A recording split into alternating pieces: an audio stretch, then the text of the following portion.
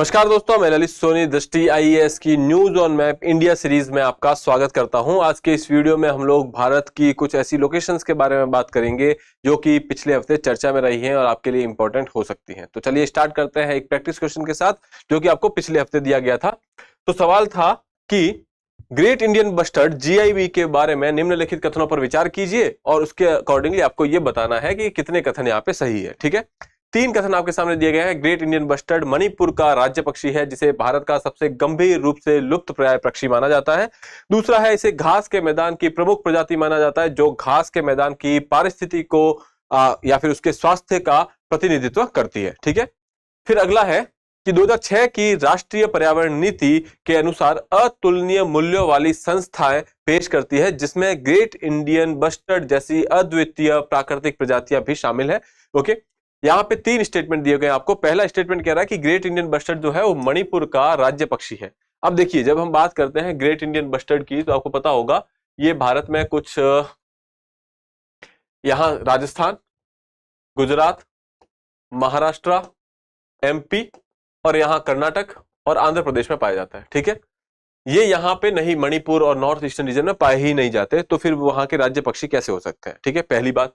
दूसरा ये कह रहे हैं कि खैर दूसरी बात है कि इसे घास के मैदान की प्रमुख प्रजाति माना जाता है। बिल्कुल सही है, इसको एक फ्लैगशिप स्पीशीज माना जाता है घास के मैदान में, क्योंकि ये वहां के इकोलॉजी का या पारिस्थितिक का यूं कह सकते हैं कि प्रतिनिधित्व करती है। ठीक है, तो दूसरा स्टेटमेंट बिल्कुल सही है।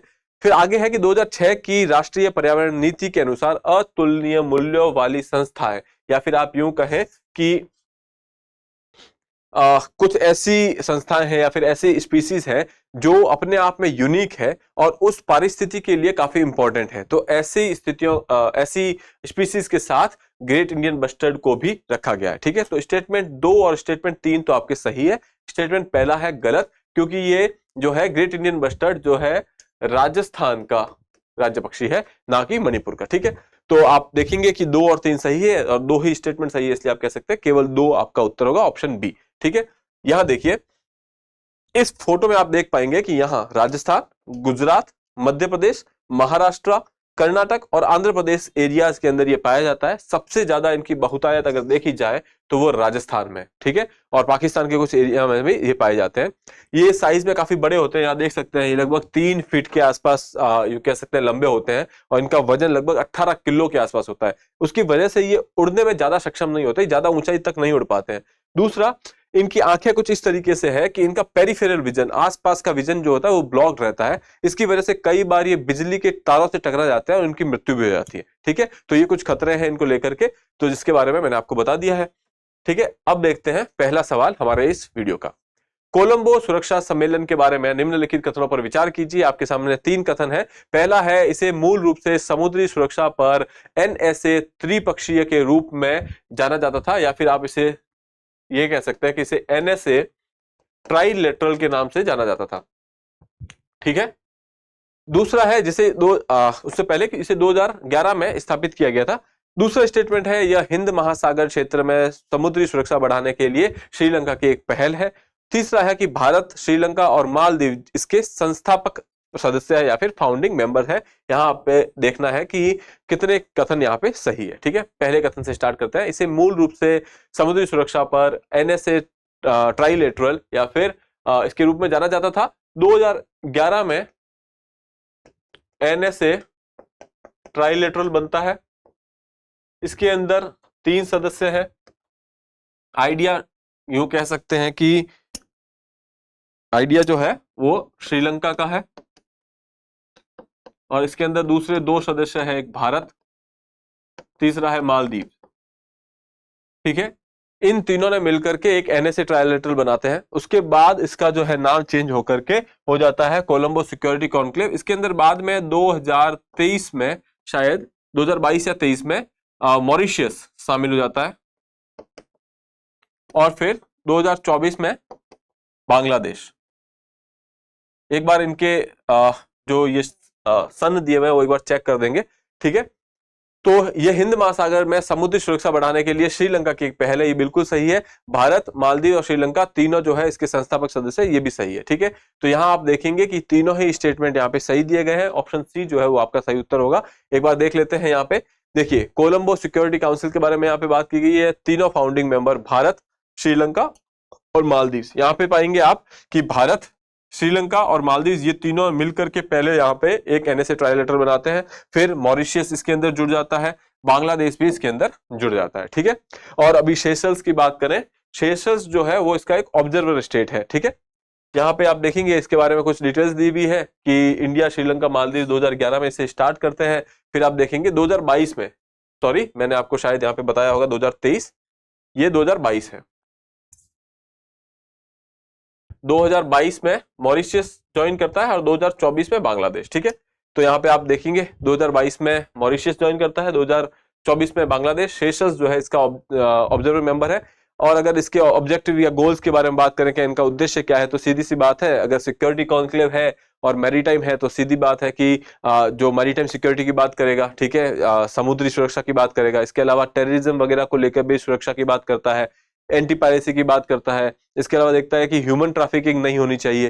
तो ये सारी चीजें हैं जो कि इसके उद्देश्यों में शामिल है। ठीक है, तो हम उत्तर देख चुके हैं। इसका उत्तर होगा सभी तीन स्टेटमेंट, जो तीनों के तीनों सही है।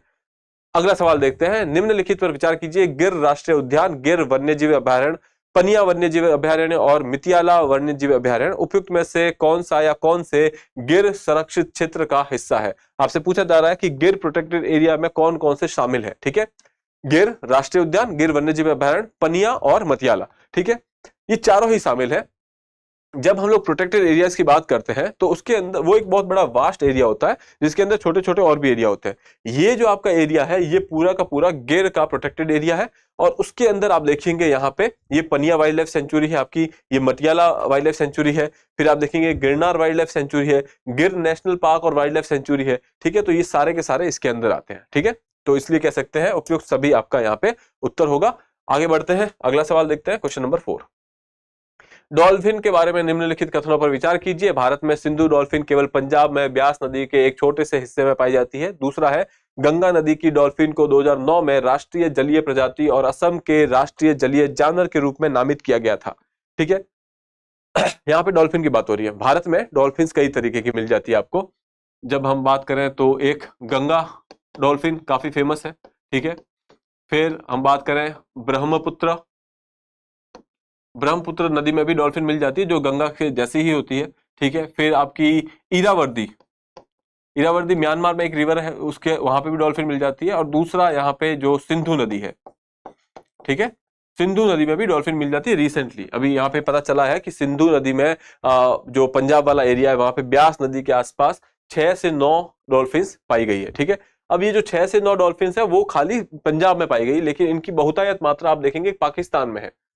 ठीक है, तो ये पाकिस्तान में काफी नंबर में है, लेकिन भारत में पंजाब में खाली 6 से 9 है। ठीक है, फिर दूसरा स्टेटमेंट है कि गंगा नदी की डॉल्फिन को 2009 में राष्ट्रीय जलीय प्रजाति और असम के राष्ट्रीय जलीय जानवर के रूप में नामित किया गया। ये बात बिल्कुल सही है। ठीक है, तो दोनों ही आपके स्टेटमेंट सही हो जाते हैं। ऑप्शन सी जो है आपका सही उत्तर होगा। अब थोड़ी सी बात कर लेते हैं डॉल्फिन के बारे में। गंगा नदी की डॉल्फिन के बारे में हम लोग पहले भी कई बार बात कर चुके हैं। ये डॉल्फिन लगभग अंधी होती है, जिसकी वजह से ये नेविगेट करने के लिए, एक जगह से दूसरी जगह आने जाने के लिए, इसके अलावा शिकार करने के लिए ये एक स्पेशल तरीके की ध्वनि निकालती है। ठीक है, और उस ध्वनि कुछ इस तरीके की ध्वनि होती है, सूसू, और इसकी वजह से इनका नाम है सूसू डॉल्फिन। ठीक है, इनका दूसरा नाम है सूसू डॉल्फिन। तो गंगा नदी डॉल्फिन को सूसू डॉल्फिन भी कहा जाता है। ठीक है, फिर हम लोग अगर बात करें तो ये मीठे पानी में पाई जाने वाली डॉल्फिन है। ठीक है, और लगभग जो है गहरे पानी में पाई जाती है। ठीक है, इसके अलावा हमने बता दिया कि ये जो साउंड यूज करती है वो अल्ट्रासोनिक साउंड होता है। ठीक है, इसके अलावा अगर हम देखें इनका अगर आयुसीएन स्टेटस, वो आपका इंडेंजर्ड है। ठीक है, थ्रेट्स क्या क्या है, तो कई बार मछली पकड़ने वाले जाल के अंदर ये फंस जाती है, तो वो भी एक थ्रेट हो जाती है। दूसरा है कि पोल्यूशन, नदी के अंदर रहने वाले जो भी जानवर होते हैं उनके लिए पोल्यूशन हमेशा एक थ्रेट रहेगा। बाई कैच का मतलब ही होता है कि अगर मछली को पकड़ने के लिए जाल फेंका और साइड में ये भी पकड़ी जा गई। और दूसरे बात आपका क्लाइमेट चेंज, ये जो डॉल्फिन्स वगैरह होती है टेम्परेचर को लेके काफी सेंसिटिव होती है। अगर आपका क्लाइमेट चेंज हो रहा है और वार्मिंग की वजह से टेम्परेचर बढ़ रहा है तो वो इनको भी इंपैक्ट करेगा। इसके अलावा कंजर्वेशन एफर्ट की बात करें तो इनके लिए प्रोजेक्ट डॉल्फिन चला गया है 2021 में। इसके अलावा डेडिकेटेड डॉल्फिन सेंचुरी है जो कि विक्रमशिला नाम है जिसका, जो कि भागलपुर बिहार में स्थित है, ठीक है। इसके अलावा एक और बनाई जाने वाली है जिसका नाम है हस्तिनापुर सेंचुरी, जो कि यूपी में होगी, ठीक है। तो ये हो गया आपका गंगा रिवर डॉल्फिन के बारे में बात। अब हम बात कर देते हैं पंजाब वाली, जो आपकी इंदस रिवर या सिंधु की जो डॉल्फिन है। तो ये देखने में कुछ इस तरीके की दिखती है। ये भी मीठे पानी में पाई जाती है। इसे पंजाब की एक्वेटिक एनिमल के रूप में भी घोषित किया जा चुका है 2019 में। तो ये कुछ चीजें हैं जो आपको याद रखनी है, ठीक है। बाकी हमने बात कर ली है कि गंगा रिवर डॉल्फिन होती है, इरावदी डॉल्फिन होती है, फिर ब्रह्मपुत्र की डॉल्फिन होती है, चंबल में भी डॉल्फिन पाई जाती है, ठीक है। तो ये कुछ एरियाज है जहां आपको ये डॉल्फिन मिल जाएंगी। अगला सवाल है, भारत में तिलहन उत्पादन के संदर्भ में निम्नलिखित कथनों पर विचार कीजिए। भारत विश्व स्तर पर सबसे बड़ा चौथा तिलहन उत्पादक देश है। उसके बाद है, राजस्थान भारत का सबसे बड़ा तिलहन उत्पादक राज्य है। तीसरा है, भारत अपनी घरेलू खाद्य तेल मांग का 80% आयात के माध्यम से पूरा करता है, ठीक है। पहले बात करते हैं भारत के लेवल पे, तो ये विश्व का सबसे बड़ा चौथा तिलहन उत्पादक राज्य है, बिल्कुल देश है, बिल्कुल सही बात है। फिर राजस्थान भारत का सबसे बड़ा तिलहन उत्पादक राज्य है, ये नहीं है, क्योंकि राजस्थान नहीं है बल्कि गुजरात है, ठीक है। हालांकि राजस्थान और गुजरात ये जो है काफी हद तक कहेंगे कि भारत का अच्छा खासा जो उत्पादन होता है वो इन्हीं दो राज्यों से हो जाता है, ठीक है। आगे बढ़िए, भारत अपनी घरेलू खाद्य तेल मांग का 80% आयात के माध्यम से पूरा करता है, ऐसा नहीं है। ये है लगभग आप यूं कहेंगे 55 से 57% के आसपास, 57-58%, ठीक है। तो ये स्टेटमेंट गलत हो जाता है। फिर आपका दूसरा स्टेटमेंट भी गलत हो जाता है। अगर हम देखेंगे यहाँ क्या आपसे पूछा गया है कि विश्व स्तर पर जो है भारत चौथा सबसे बड़ा उत्पादक है, तो केवल एक आपका सही होगा। शायद कुछ यहाँ गड़बड़ हो गई, तो आप देखेंगे इसको, आप मान लीजिए केवल एक, और ऑप्शन ए जो है आपको यहाँ सही मानना है, ठीक है। खैर, यहाँ देखिए इस मैप में आप पाएंगे कि गुजरात सबसे बड़ा उत्पादक है, फिर राजस्थान है यहाँ पे, फिर मध्य प्रदेश है, और फिर यहाँ पे महाराष्ट्र है, ठीक है। यहाँ पे दिया होगा गुजरात, राजस्थान, मध्य प्रदेश, महाराष्ट्र और तमिलनाडु, ठीक है। तो ये हो गया आपके ऑयल सीड के बारे में। फिर अगला सवाल है, श्रीलंका के संदर्भ में निम्नलिखित कथनों पर विचार कीजिए। पहला है, पाक जलडमरू मध्य भारत और श्रीलंका को अलग करता है और बंगाल की खाड़ी और मन्नार की खाड़ी को जोड़ता है, ठीक है। दूसरा है, कच्छाद्वीप द्वीप पाक स्ट्रेट या फिर जलडमरू मध्य के एक निर्जन क्षेत्र है, या उसका एक निर्जन क्षेत्र है, ठीक है। अब यहाँ पे आपको देखना कौन से स्टेटमेंट सही है। सबसे पहले देखते हैं पहला वाला। यहाँ पे पाक जलडमरू मध्य के बारे में बात की गई है, या फिर पाक स्टेट की बात कही गई है, जो कि ये मोस्टली है, ठीक है। जब हम पाक स्टेट की बात करते हैं तो यहाँ पे आप देखेंगे कि ये इस तरफ भारत है, इस तरफ श्रीलंका है, तो कह सकते हैं कि भारत और श्रीलंका को यहाँ पे अलग कर रहा है। दूसरा, नीचे आप देखेंगे ये गल्फ ऑफ मन्नार है आपका, ठीक है, और ये जो है बे ऑफ बंगाल है, बंगाल की खाड़ी, और ये मन्नार की खाड़ी। तो इसकी वजह से आप कह सकते हैं कि ये दोनों को भी ये अलग कर रहा है, ठीक है। अब यहाँ पे आप पाएंगे कि पाक स्टेट के जस्ट पास में या पाक स्टेट में ही ये स्थित है, जो है कच्छाद्वीप द्वीप, ठीक है। कच्छाद्वीप द्वीप जो है वो भारत और श्रीलंका के बीच में डिस्प्यूटेड है, ठीक है, दोनों में मैटर चल रहा है, वो देखा जाएगा बाद में। तो यहाँ पे आप आइए, पहला और दूसरा दोनों ही स्टेटमेंट सही है, ऑप्शन सी जो है वो आपका सही उत्तर होगा, ठीक है। अगला सवाल देखते हैं, क्वेश्चन नंबर 7। लाल पांडा के बारे में निम्नलिखित कथनों पर विचार कीजिए। पहला है, यह सिक्किम का राज्य पशु है। उसके बाद दूसरा है, लाल पांडा शर्मीले, एकांत और वृक्षीय जानवर है जो, और इन्हें पारिस्थितिकी परिवर्तन के लिए एक संकेतक प्रजाति के रूप में माना जाता है। यानी कि आप ये कहें कि इकोलॉजी को अगर देखें वहां की, या जो आपका इकोसिस्टम है उसके लिए ये काफी सेंसिटिव भी होते हैं, ठीक है। और ये सिक्किम का राज्य पशु है, ये बिल्कुल सही है। और ये शर्मीले होते हैं, जनरली आप पाएंगे कि रेड पांडा अकेले ही आपको मिलेंगे, ठीक है। और ये वृक्षीय जानवर है जो कि पेड़ों पे मिलते हैं, और ये एकांत में रहना पसंद करते हैं। दोनों स्टेटमेंट सही है, ऑप्शन सी जो है आपका सही उत्तर है, ठीक है। भारत में अक्सर दो टाइप के पांडा पाए जाते हैं, एक तो आपका रेड पांडा है जो आपके नॉर्थ ईस्टर्न रीजन में पाया जाता है। इसके अलावा जो है एक ब्लैक एंड व्हाइट टाइप के जो पांडा होते हैं, जिन्हें जाइंट पांडा कहा जाता है, वो भी मिल जाते हैं कहीं, ठीक है। यहाँ देखेंगे रेड पांडा, ये पिक्चर रेड पांडा की यहाँ पे दी हुई है। और रेड पांडा की बात करें तो IUCN स्टेटस इंडेंजर्ड है, और साइट्स में अपेंडिक्स 1 में है, और WPA के अंदर ये शेड्यूल 1 के अंदर रखे गए हैं, ठीक है। मतलब इनको अच्छा खासा प्रोटेक्शन दिया गया है। फिर जब बात कर रहे हैं जायंट पांडास की, तो वो वल्नरेबल है और अपेंडिक्स 1 में रखे गए हैं, ठीक है। फिर यहाँ पे आप देखिए, ये वो एरियाज है जहां पे पांडास पाए जाते हैं, ठीक है। तो ये मोस्टली आप देखेंगे नॉर्थ ईस्टर्न रीजन, और ये नेपाल वाला एरिया, और यहाँ सिक्किम में भी ये पाए जाते हैं, ठीक है। चलिए आगे बढ़ते हैं। निम्नलिखित कथनों पर विचार कीजिए। इसमें दुनिया में एक सींग वाले गैंडों का घनत्व सबसे अधिक है। फिर दूसरा है, यह ब्रह्मपुत्र नदी के दक्षिणी तट पर स्थित है। उपयुक्त कथन में जो आपको जो कथन दिए गए हैं, इनको सही मान करके आपको बताना है कि ये यहाँ किसके बारे में बात की जा रही है, ठीक है। ऑप्शन है पोबीतोरा वन्यजीव अभयारण्य, रातापानी वन्यजीव अभयारण्य, गांधी सागर वन्यजीव अभयारण्य और फिर मोलेम वन्यजीव अभयारण्य। अब आपको अगर थोड़ा सा भी आइडिया है कि ये एक सींग वाले गैंडे कहाँ पाए जाते हैं तो ये आप सवाल आराम से हल कर सकते हैं। एक सींग वाले गैंडे या वन हॉर्न राइनोसोरस जो है आपको पता है कि भारत के नॉर्थ ईस्ट रीजन में और मोस्टली आपको पता होगा असम वाले हिस्से में पाए जाते हैं।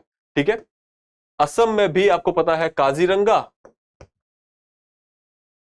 मानस, पोबीतोरा, ये जो है एरिया काफी फेमस है इनके लिए। ठीक है, पोबीतोरा को तो मिनी काजीरंगा कहा जाता है। मिनी काजीरंगा क्यों? काजीरंगा में सबसे ज्यादा पाए जाते थे पहले। ठीक है, काजीरंगा का लैंडस्केप और पोबीतोरा का लैंडस्केप बिल्कुल सिमिलर है। इसके अलावा अब अगर देखा जाए तो सबसे ज्यादा नंबर काजीरंगा में पाया जाता है, सबसे ज्यादा घनत्व जो है उसका पोबीतोरा में पाया जाता है, इसलिए इनको मिनी काजीरंगा भी कहा जाता है। खैर, तो ऑप्शन ए जो है यहाँ पाएंगे, हमने बात कर ली कि लगभग असम में पाए जाते हैं, तो यहाँ पे आप देखिए रातापानी और गांधी सागर ये मध्य प्रदेश में है, फिर मोलेम जो है ये आपके गोवा में है। ठीक है, एक ही बचता है पीछे पोबीतोरा जो कि असम में है। ठीक है, तो ये आपका ए जो है सही उत्तर हो जाता है। यहाँ पे बोला गया है कि ये ब्रह्मपुत्र नदी के दक्षिण तट पर स्थित है। यहाँ पे देखिए इस पिक्चर में आप पाएंगे ये काजीरंगा है, ये भी दक्षिण में स्थित है। ठीक है, फिर यहाँ पे मानस है जो कि आप ये कहें कि भूटान वाले एरिया में पास में पड़ता है। ठीक है, फिर तीसरा आप देखेंगे कि ये जो नदी है यहाँ पे, ये यहाँ से एक नदी आ रही है और जो बहते हुए कुछ इस तरह बांग्लादेश में चली जाती है। इस नदी के दक्षिण में यहाँ पे ये पोबीतोरा वाइल्ड लाइफ सेंचुरी। ठीक है, तो ये भी ठीक हो गया। तो यहाँ पे ऑप्शन ए जो है आपका सही उत्तर है। पोबीतोरा के बारे में कुछ बातें यहाँ लिखी हुई है जो कि मैं आपको बता चुका हूँ कि इसे मिनी काजीरंगा भी कहा जाता है। ठीक है, और मतलब जैसे हम लोग बात करें इस एरिया की, ये अपने इनकी डेंसिटी जो वन हॉर्न राइनोसोरस है उनकी डेंसिटी यहाँ पे सबसे ज्यादा है, या फिर घनत्व जो है सबसे ज्यादा है। ठीक है, तो ये हो गई इसके बारे में बात। अब चलते हैं आगे जो कि है अभ्यास प्रश्न। हलारी गधे के बारे में निम्नलिखित कथनों पर विचार कीजिए। हलारी गधा हलार क्षेत्र के अर्ध शुष्क परिदृश्य का मूल निवासी है जो गुजरात में के जामनगर और द्वारका दोनों जिलों में पाया जाता है। दूसरा है हलारी गधों का दूध जो अपनी मिठास के लिए जाना जाता है अत्यधिक मूल्यवान है और स्थानीय समुदायों में मुख्य रूप से औषधीय प्रयोजनों के लिए उपयोग किया जाता है। तीसरा है हलारी गधों के भौगोलिक वितरण में गुजरात के तटीय और अंतर्देशीय अर्ध शुष्क क्षेत्र दोनों शामिल है। तो आपको देखना है कि कौन से स्टेटमेंट यहाँ पे सही है और इसी के हिसाब से आपको कमेंट बॉक्स में उत्तर देना है। ठीक है, चलिए इसी के साथ आपसे आज्ञा लूंगा मैं, फिर मिलूंगा आपसे अगले एपिसोड में। तब तक के लिए have a good day, thank you and please subscribe the channel. Thank you.